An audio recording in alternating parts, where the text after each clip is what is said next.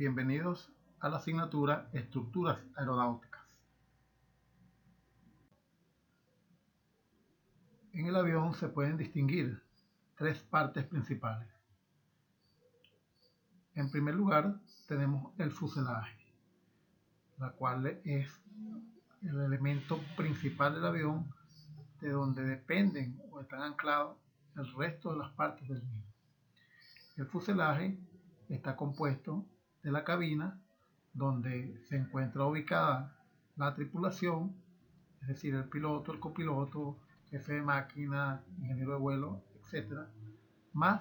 los pasajeros y la carga de la aeronave.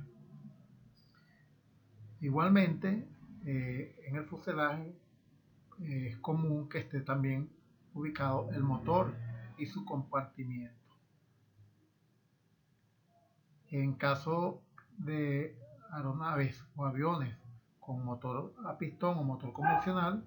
estos poseen hélice, y también en el caso de motores turbohélices. El otro elemento fundamental de un avión y característico de un avión es el ala o alas. Para fines aerodinámicos, el ala es una sola y se conoce como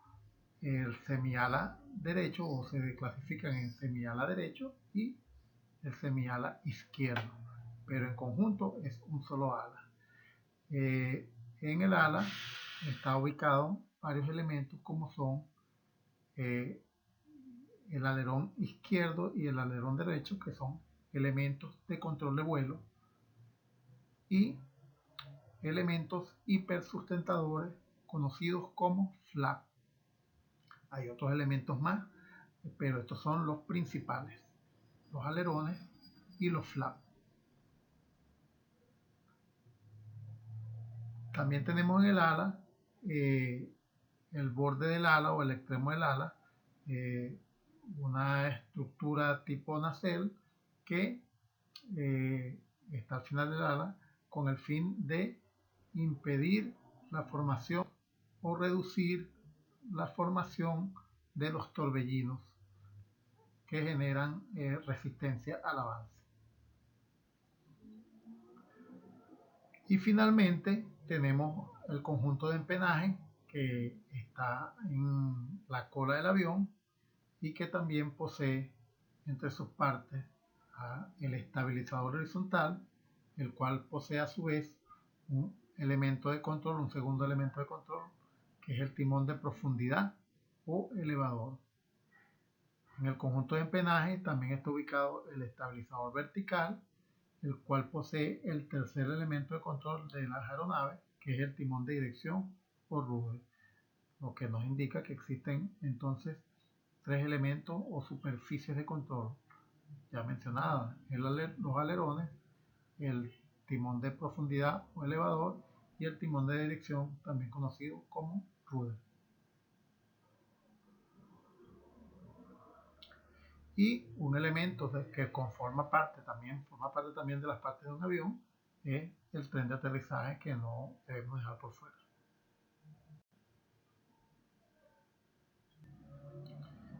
Es importante y a fines aerodinámicos conocer unos ejes imaginarios que son los que permiten hacer el estudio de los movimientos del avión. Estos ejes son conocidos como el eje longitudinal, que va desde la punta de la nariz hasta la cola del avión; el eje transversal, que va desde una punta del semiala hasta la otra punta del otro semiala; y un eje vertical que cruza estos dos ejes antes mencionados, justamente en el centro, y donde teóricamente se ubica el centro de gravedad del avión. Alrededor de estos tres ejes ocurren tres movimientos, que son los que dan la estabilidad a la aeronave. Y con respecto al eje longitudinal tenemos el movimiento de alabeo; con respecto al eje transversal o lateral tenemos el movimiento de cabeceo; y finalmente el movimiento de guiñada que ocurre con respecto al eje vertical. La combinación de estos tres movimientos son los que dan o permiten la maniobrabilidad de la aeronave a través de elementos de control de vuelo y las superficies de control. De tal manera que podemos deducir aquí que el fuselaje es la estructura principal del avión, lo que se conoce también como el tabaco del avión, donde están ubicadas tanto los pasajeros como el personal de tripulación y la carga de los aviones, o el elemento para colocar la carga del avión. Igualmente en el fuselaje están ubicados la mayoría de los equipos, tanto de los sistemas hidráulicos como sistemas neumáticos, eléctricos y otros.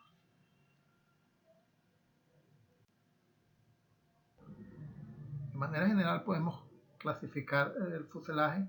en varias condiciones. La primera sería según su forma vista de frente, donde podemos ver que la mayoría de los aviones van a encontrar una forma o rectangular, o redondeada, ovalada o elíptica, dependiendo de su configuración y dependiendo del uso de la misma y de que estos sean en principal lugar presurizadas, de cabinas presurizadas o no presurizadas. De tal manera que tenemos aviones de vuelos subsónicos de baja velocidad como la Cessna, que tienen una cabina no presurizada y con una forma, pudiéramos llamar rectangular en la cabina o en el fuselaje. Los aviones de combate que tienen una condición característica para su alto performance y alcance de velocidades supersónicas, generalmente de forma elíptica, así como los aviones de transporte de carga o de pasajeros, ya sean aviones con motores turbofan, motores jet, turbojet o aviones con motores turbohélice, pero que generalmente son aviones subsónicos que vuelan por debajo de la velocidad del sonido y cuyas cabinas deben ser presurizadas. De tal manera que podemos distinguir principalmente la forma del fuselaje del avión, si esta es rectangular, redonda o ovalada, principalmente su uso o su condición de vuelo, si va a alcanzar velocidades subsónicas o supersónicas, y si sus cabinas son presurizadas o no presurizadas, la cual es una de las condiciones más importantes al momento del diseño del fuselaje. En el caso de cabinas rectangulares, podemos comprobar que las presiones que se obtienen dentro de la cabina se puntualizan en todas las direcciones y hacen una concentración de esfuerzo mayor en los extremos o en las puntas o en los ángulos de ese rectángulo, por donde pudieran generar fallas. Igualmente, en este tipo de cabina, que pudiéramos hacer una especie de redondez para evitar esa concentración de esfuerzo, la presión igualmente ejerce sobre esa curva lo que conocemos como concentradores de esfuerzo. Es por esto que este tipo de cabinas no se utiliza en aviones presurizados, pues tienden a fallar en estos puntos. Y es por ello que nosotros como técnicos de mantenimiento de aviones, al hacer inspecciones, debemos concentrar las inspecciones en estos puntos que son por donde generalmente puede fallar una estructura de un avión. En cambio, las cabinas redondas, y al igual que las cabinas ovaladas, permite una mejor distribución de las presiones internas cuando el avión es presurizado, lo que permite que el fuselaje se infle como si fuera un globo y disminuye los concentradores de esfuerzo, lo que permite que existan menos posibilidad de falla por fatiga en las mismas. Otra forma de clasificar los fuselajes es según su tipo de construcción. Ya vimos en la lámina anterior que podemos clasificarlos según su forma, si son presurizados o no, y en este caso, según su construcción, existen tres tipos básicos que son el de armadura o tubular, el monocasco y el semimonocasco. La estructura de fuselaje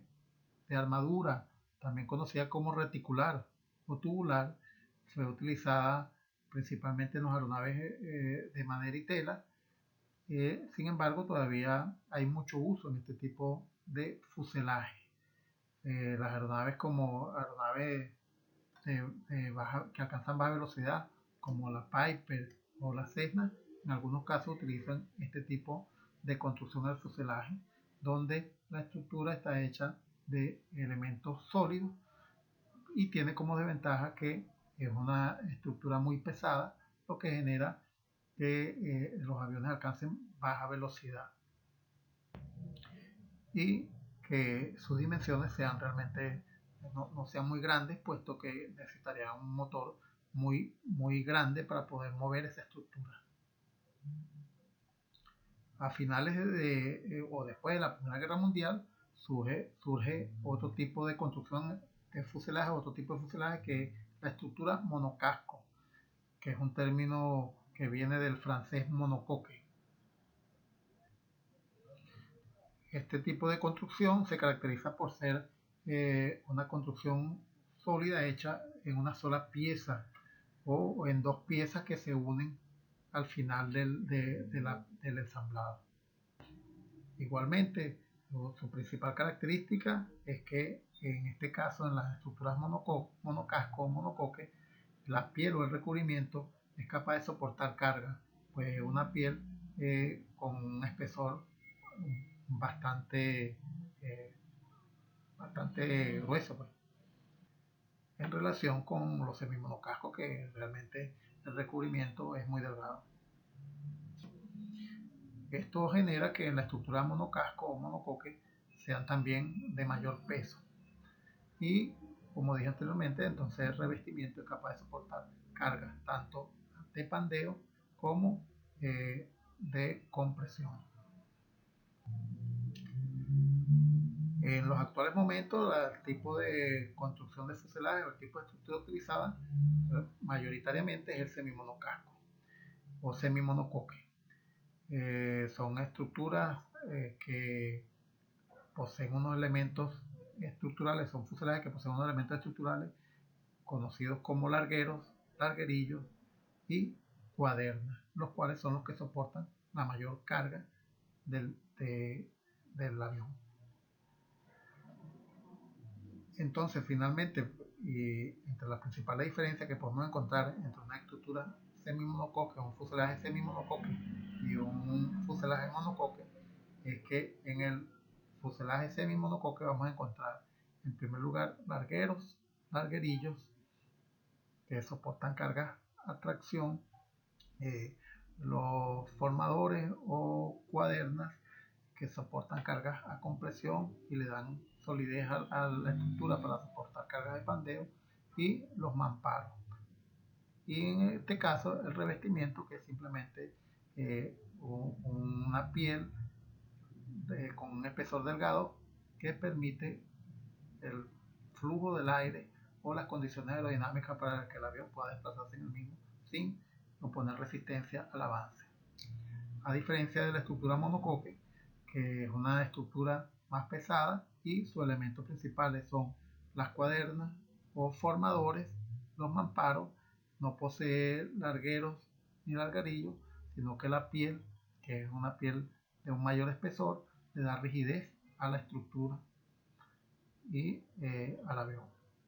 y al fuselaje como tal. En forma general podemos decir entonces que existen tres tipos de construcción o de estructura en el fuselaje de los aviones. El fuselaje con estructura de armadura reticular o tubular, donde los elementos estructurales absorben cargas axiales y de compresión, pero a su vez generan una estructura más pesada, lo cual limita el tamaño de la aeronave que se pueden construir con este tipo de estructura y también la velocidad que pueden alcanzar los mismos. El otro tipo de estructura es la estructura monocasco o monocoque, donde el revestimiento, por poseer un mayor espesor, absorbe cargas de torsión. Principalmente, este tipo de estructura posee entre sus elementos las cuadernas o formadores, los mamparos y el revestimiento ya mencionado, y son elementos, o la forma de fabricación es en una sola pieza o en dos piezas que se unen al final del proceso. Y por último tenemos el fuselaje con una estructura semimonocasco o semimonocoque, donde los elementos principales estructurales son los largueros y los larguerillos, que absorben cargas a tracción, y las cuadernas o formadores, que absorben cargas a compresión. Este conjunto de largueros, larguerillos y cuadernos es lo que soportan las cargas de torsiones y de pandeo. En este caso, el revestimiento utilizado en este tipo de estructura es de un espesor delgado, lo cual solamente es utilizado para dar condiciones aerodinámicas al vuelo y que la resistencia al avance sea la menor posible. Otra forma de clasificar los fuselajes es según su uso o según la condición de vuelo o el diseño de la aeronave para su condición de vuelo. Entre ellas podemos tener los aviones subsónicos, el fuselaje para aviones subsónicos, el fuselaje para aviones supersónicos, ya sean de alta velocidad o de alta maniobrabilidad, los hidroaviones y los aviones para vuelo supersónico. Podemos visualizar entonces el tipo de fuselaje según el tipo de uso en aeronaves como estas, como la subsónica, pero también debemos destacar aquí que depende también si la cabina es presurizada o no presurizada, como en el caso de la Cessna, que está en la parte superior, que es una cabina no presurizada, comparado con el Learjet, que está en la parte inferior, y así como el Aerocommander, en este caso el Team Commander, que son aviones presurizados. Sin embargo, el tipo de construcción aquí es característico de aviones de baja velocidad o subsónicos, y principalmente por las dimensiones del fuselaje.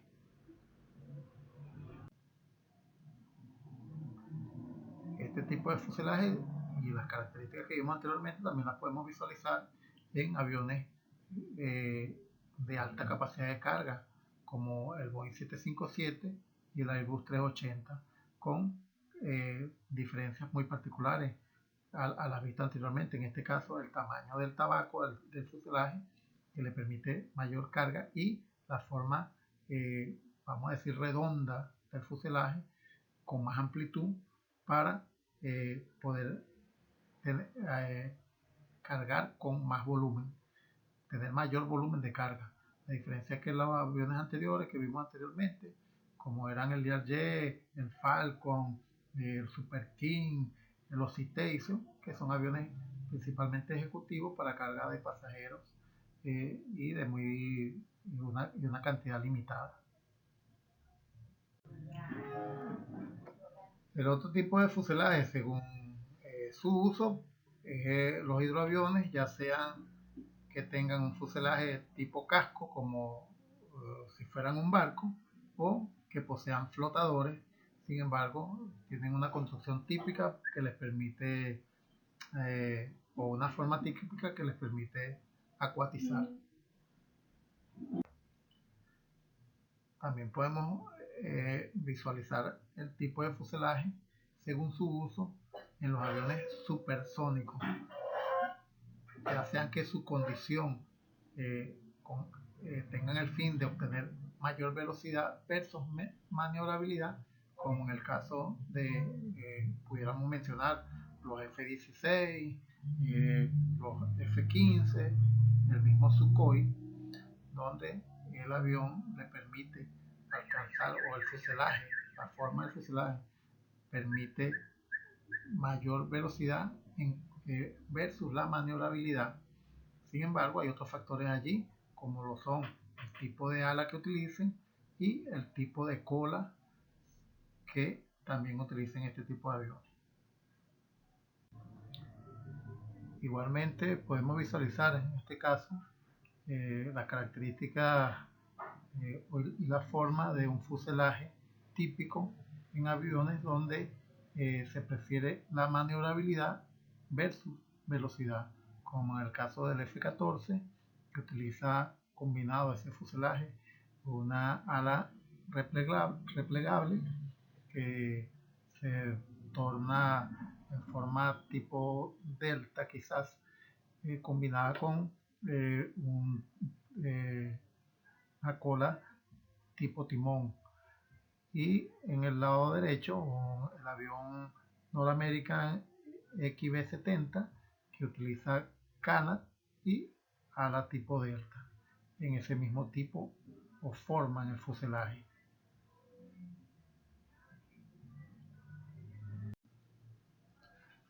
Y por último tenemos, según el tipo de uso, fuselajes de aviones hipersónicos, como es el caso del SR-71 y el F-117, el avión fantasma, donde son aviones que alcanzan altísimas velocidades y cuyo fuselaje tiene como condición principal permitir un mayor avance y menor resistencia.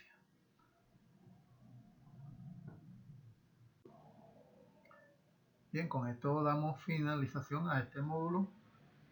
donde establecíamos principalmente las características y fundamentos del fuselaje de un avión.